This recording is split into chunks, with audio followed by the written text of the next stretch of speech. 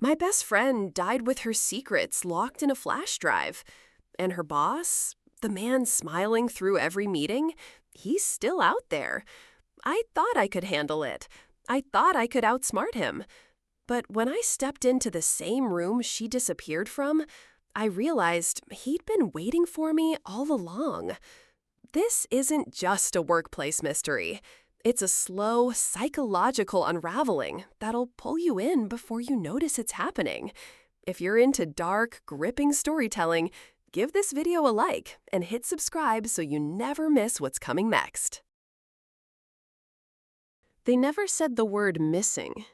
They said Grace was on extended leave, as if she were on vacation, as if her coffee mug, still half full on her desk, was some kind of placeholder instead of a warning sign.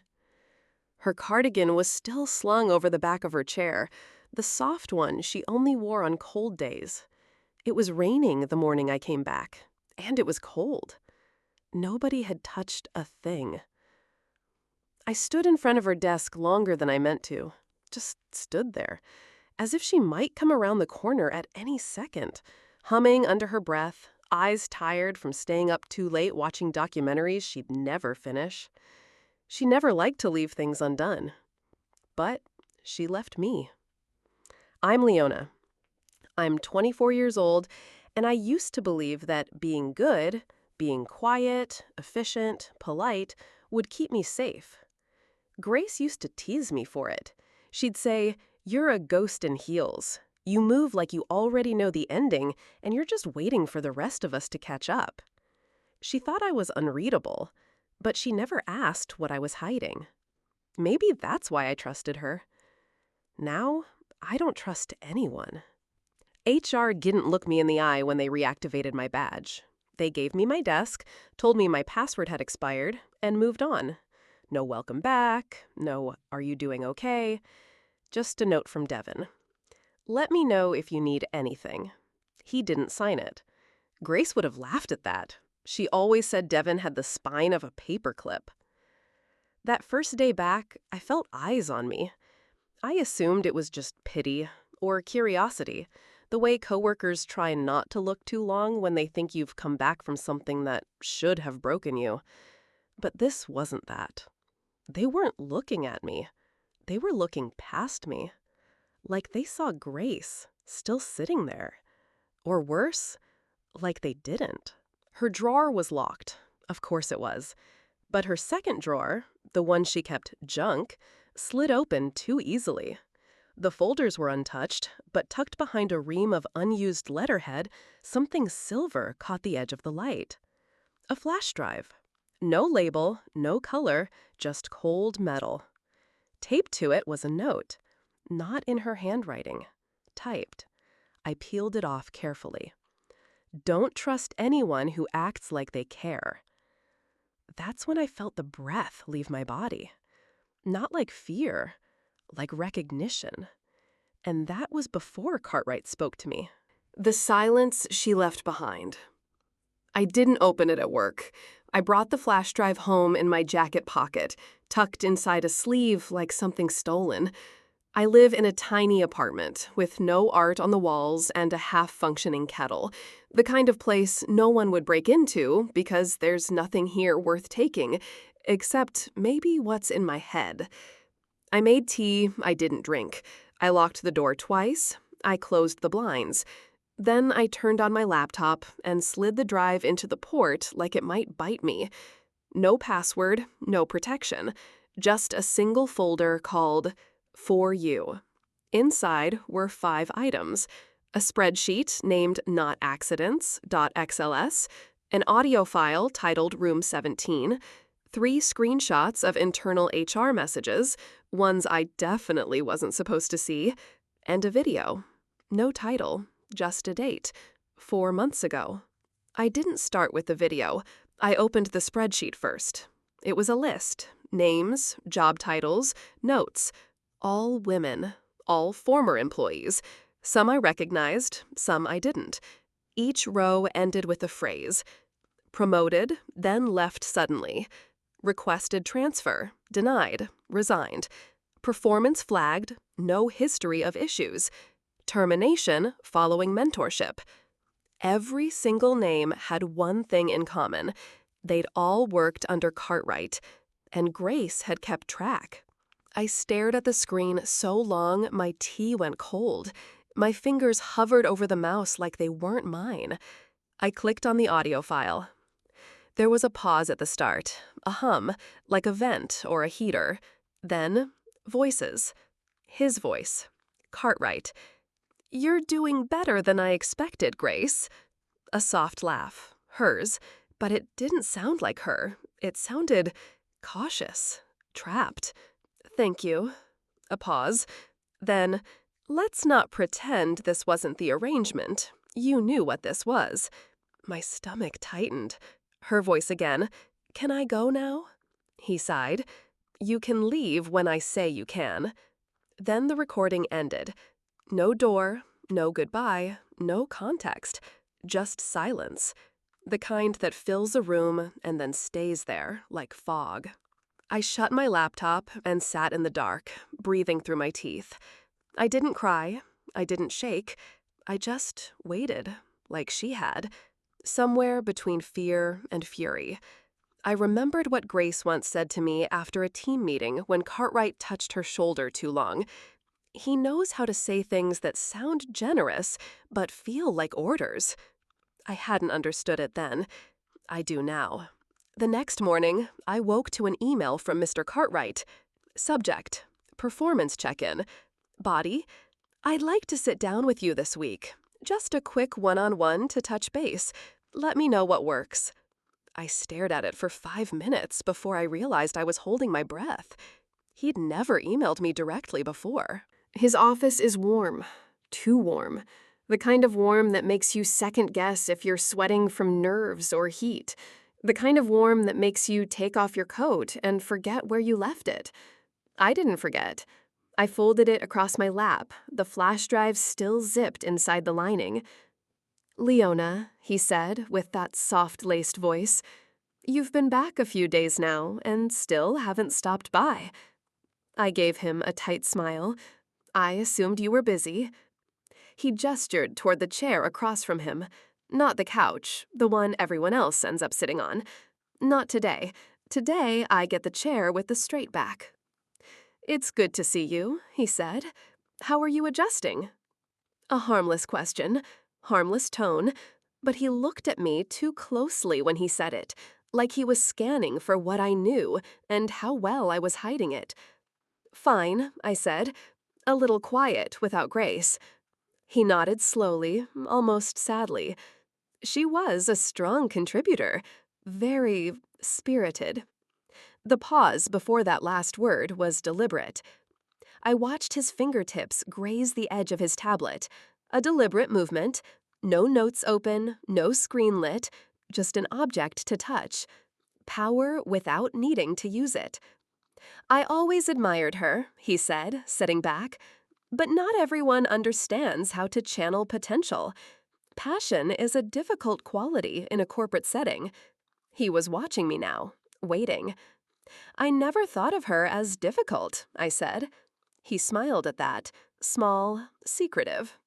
"That's because you're not easily threatened." His words landed soft, but I felt them settle in my chest, like pressure, like testing weight on a frozen lake. He stood, walked toward the window behind me, not to look out, just to stretch the silence between us. I didn't turn to follow. I kept my hands still. "You know," he said, "you remind me of her in some ways. Not in temperament. Grace was louder. But there's something similar in the way you both read people." My stomach tightened. I didn't respond. "But unlike her, you know how to keep your observations to yourself." There it was. Not a warning, not even a threat. Just a mirror held up to see whether I'd flinch. He turned back and leaned against the windowsill, arms crossed, like he was posing for a magazine no one was allowed to buy. "I'm reopening a special advisory project. I'd like you to take it over. You'd be reporting directly to me." I blinked. That wasn't on my schedule. It wouldn't be. It's discreet. Of course it is. I'll think about it, I said, standing up. His eyes narrowed, just briefly. I'd prefer not to wait long. I nodded once, no smile, no hesitation. I left the office without looking back. But as I stepped into the elevator, I could still feel his eyes on me, like he'd already writing my next sentence and was daring me to change the ending. I accepted the assignment, not because I wanted to, because I needed to know how far it went. The project itself was nothing special, just a quarterly review task force, pitched as strategy realignment. It had a folder in the shared drive and a few vague objectives. But there was no team, no set schedule, just me and him. We met 3 times that week, always after hours, always in his office. The first time he brought coffee. The second time he brought wine. I find it relaxes the tension in these late sessions, he said, offering me a glass without waiting for an answer. I didn't drink it. I held it, let it warm in my hand like a test I didn't study for. He liked to sit close, not too close, just enough to make you aware of your own breathing, enough that the silence between sentences felt measured. Tell me how you see the firm right now, he asked once, eyes fixed on mine. I said something forgettable. He nodded as if it were brilliant. You're good at making people feel like they've said something important, I told him. He smiled. So are you. By Thursday, I'd stopped bringing my laptop. He never asked for it, never needed notes. He wasn't interested in data. He wanted my thoughts, my reactions, my discomfort. It wasn't flirtation, not really. It was more like pressure being applied just beneath the skin. Sensual only because it felt dangerous, because I didn't know when he'd stop. You hide very well, Leona. I wonder what you'd do if someone really saw you. I didn't answer. I didn't need to. That night, I left with my heart pounding and his voice in my head. At home, I listened to the recording from Grace again. I noticed something new, a sound behind her voice, a faint click, a digital one. She'd been recording on her phone. I scanned the office floor plan. Room 17 was a conference room, small, windowless, soundproofed for sensitive clients. She hadn't been in his office when she recorded him. She'd been in that room. And now I had the badge clearance to access it. Friday evening, I waited until most of the office cleared out. I walked past Devin, who gave me a quick nod but didn't speak. I reached room 17 at 6:42 p.m. I stood outside the door with my hand on the handle, my heart racing. Then I heard it. Laughter. Low. Feminine. Familiar. I stepped back just as the door opened. A woman walked out, red blazer, trembling hand brushing her hair. Cartwright followed. He didn't look surprised to see me. "Leona," he said calmly, straightening his sleeves. "Did you need something?" I stared at the woman, who wouldn't meet my eyes. "No," I said, voice steady. "I was just leaving." But something in me had already started unraveling, because Grace had worn that same blazer.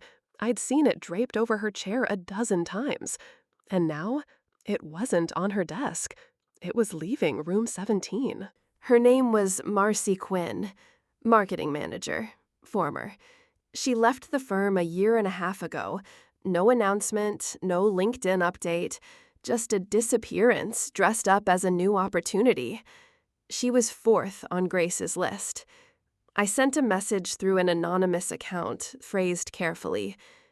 "You don't know me, but I think you knew Grace Ellison. She trusted you, and I think you trusted her. Please, if you're willing to talk, even off the record, I need to understand what happened, to both of you." I didn't expect an answer. She replied that night. We met at a corner cafe in the East Village, the kind of place where the chairs are all too small and the baristas are all too loud. Perfect for not being overheard. Marcy arrived in a wool coat too thick for the weather, sunglasses still on even inside. She looked exhausted, like someone who hadn't slept with the lights off in months. "You're her friend?" she asked without greeting. I nodded. "She told me about you. Said you were the only one she trusted. That's why I responded." Her voice cracked slightly at the edges. I didn't push. "She said she was getting close to proving something," Marcy said, "but that she didn't know who to send it to if anything happened."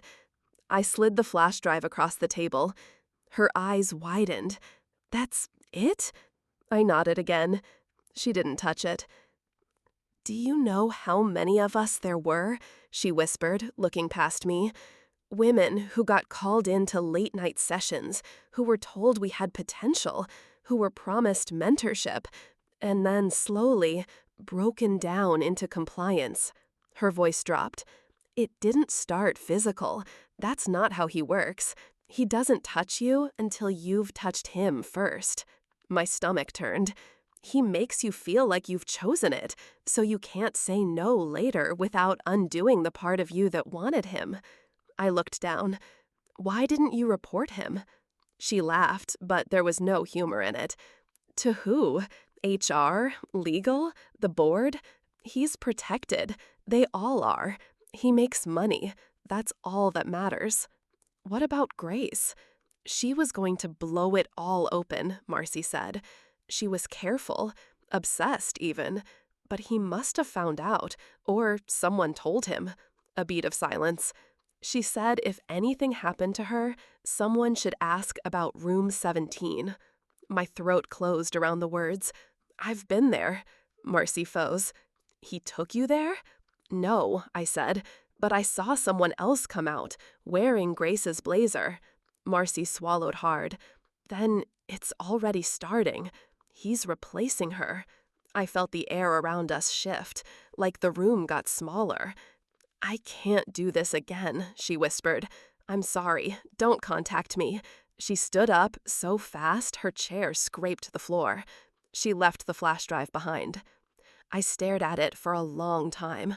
I thought about what she said, how power works best when it wears your name, how it rewrites the story so you think you asked for it. That's what happened to Grace. That's what's starting to happen to me. The next time he called me in, I didn't sit. I stood by the window instead, arms folded, back straight, the exact mirror of how he leaned when he wanted to appear at ease. Except I wasn't at ease. Not even close. He looked up from his tablet. "You're not in the mood to talk tonight?" I tilted my head. "Should I be?" He smiled. "Only if you want to stay in my good graces." The words landed softly, coated in charm, but I heard what he meant. I always heard what he meant now. "I don't think I ever left them," I replied. A flash of something passed over his face. Interest, maybe? Or calculation. Then it was gone. He closed his tablet and walked around the desk. "You've been distant lately," he said. "Just focused." He stepped closer. "That's not the same thing." I didn't move. Neither did he. His cologne was faint, clean, sharp, forgettable, the kind that sneaks up on you later in an elevator or in the back of your throat. "I've been watching you," he said. I forced a smile. "That's your job, isn't it?" He laughed. "Not like that. I mean, how you've changed." He paused, a beat too long. "You've become more deliberate." I held his gaze. "So have you." Something shifted in the air between us. Not tension, not quite. Something quieter. Permission, maybe. He stepped closer, close enough to feel it, the heat of him, the practiced weight of his presence. I didn't back away. He raised a hand but didn't touch me, just held it, half raised, like a magician waiting to be believed. "You know," he said, voice low, "I don't push people. That's not how I work." I looked up at him, calm, even. "No," I said, "you wait for them to pull." We stood there, quiet, too quiet, and for a moment I saw him. Not just the man, But the blueprint, the method, he'd done this before, dozens of times, and I wasn't special. I stepped back, just enough to break the moment. He didn't follow, but his eyes darkened, just briefly, like something flickered out of place in him, a nerve exposed. "Let me know when you're ready to take on more," he said, flatly, turning away.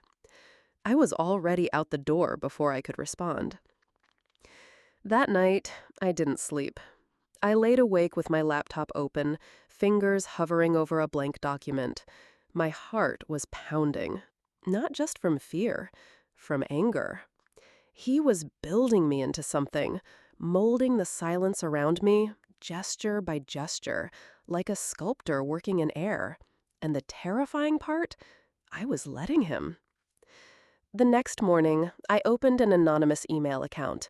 I attached the audio, the spreadsheet, the screenshots, everything. I wrote only one sentence. "This is happening. Help me prove it before I disappear too." And I sent it to the only reporter I trusted, someone Grace had once quoted. Now, I wait. 2 days. No reply, no bounce back, no news story, nothing. The silence was worse than a threat, worse than being followed. It meant one of two things. Either the reporter was sitting with it, building the case carefully, or someone had gotten to them first. I checked the inbox every 10 minutes. By noon on the second day, I deleted the account. Cartwright didn't mention the leak. Of course he didn't. He only asked if I'd like to reschedule our weekly one-on-one. "I noticed you've been under pressure," he said, smoothly, hands folded on the desk like a priest offering absolution. "I want to make sure you feel supported." That word again, supported. I smiled. "I think I'm adjusting." "I hope so," he said, "because I've recommended you for client-facing expansion." I blinked. "That's not my role." "It could be. You've proven you're flexible."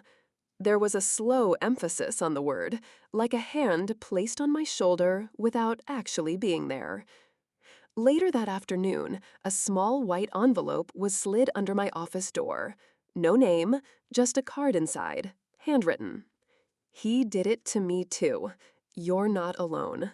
There was no signature, just a phone number written in pen, then scratched out, twice. I stared at it for a long time, hands shaking. Cartwright had stopped trying to win me over. He didn't need to. He'd seen the hesitation in me, the pull. And now he was betting I'd fracture, not by force, but by isolation. I realized then, he doesn't destroy women. He waits for them to destroy themselves. That night I dreamed of Grace. Not her face, her voice. "Don't trust anyone who acts like they care." I woke up gasping, and I knew exactly where I had to go next. Room 17. After hours, alone. The office was nearly empty by 7. That's how I needed it. No witnesses, no interruptions, no Devin walking past with a nervous glance. Just me, the badge on my belt, and the white envelope in my pocket. Room 17 sat at the end of the corridor like it always had. Quiet, sealed, waiting. I stood outside it for a full minute. And then I scanned in. The door clicked open. The lights didn't. It was darker than I remembered. I reached for the switch and found it already on. The overheads disabled. Only the blue monitor light at the far end of the room still glowed, like an eye just beginning to open. I stepped inside. The door eased shut behind me. That's when I noticed the phone, Grace's phone, taped underneath the table, screen face down, casing cracked. It still had power. I turned it on. No passcode. Grace had cleared everything, except one video, dated 2 days before she disappeared. I hit play. The camera is angled low, like it slipped out of her hand mid-recording. It captures only part of the room, part of him. His voice, smooth as always. You can leave any time you want, Grace. Her voice, steady. You said that last time, and the time before. A beat, then. Do you know what people say when they leave this room? Nothing, because they all think they agreed to it. He laughs, quiet, cold. You're not afraid of me, are you? Grace says, no. I'm afraid of what I let you turn me into. The footage shakes. There's a thud, a gasp. The screen blurs as it hits the carpet. Then static. That's where it ends. My breath caught in my throat. This was it. Proof. The thing Grace couldn't send. The final thread. And I wasn't alone. I turned and saw him in the doorway. Mr. Cartwright. No smile, no mask. He stepped inside slowly and shut the door behind him, just like he had with her. I wondered when you'd come, he said. I stayed still. You're not like her, he said softly. You think you are, but you're not. She was angry. You're curious. I took a step back. He didn't move. You think you're the first one to bring something, he continued. You're not. You're just the first one I liked enough to wait for. I lifted the phone. He watched me, calm. Do it, he said. Send it. Let them watch. They'll see what I see. What's that? I whispered. That you never said no. I wanted to scream. Instead, I walked past him. He didn't stop me. But I knew I hadn't won. Not yet. Because this was never about proof. It was about the story. And now, it's mine to finish. The footage leaked on a Tuesday. No byline, no credit. Just an anonymous email to every major news outlet in the city with a subject line that read, "What Grace died trying to say." It spread fast, not because of the video, but because of who was in it. Ethan Cartwright, managing partner, public philanthropist, mentor of the year. For the first time, silence stopped protecting him, but only for a while. The firm issued a statement. Words like disturbing and deeply regretful made their rounds. There was a third-party investigation. There was paid leave. There was, briefly, a hope that something would change. And then there was nothing. Because men like him don't fall. They pivot. He resigned quietly, took no questions, started consulting 6 weeks later under a different LLC. Same city, same suits, same smile. Grace never got a funeral. Her family said she'd wanted to be cremated. No service. I lit a candle anyway. I left the flash drive beside it. I haven't touched it since. As for me, they offered me a raise, a new role, an apology wrapped in opportunity. I said no. I left. Some things you don't come back from. Some silences live under your skin, even after you speak. People ask me now, what really happened? I tell them the truth. I don't know, but I remember what it felt like. And sometimes that's louder than proof.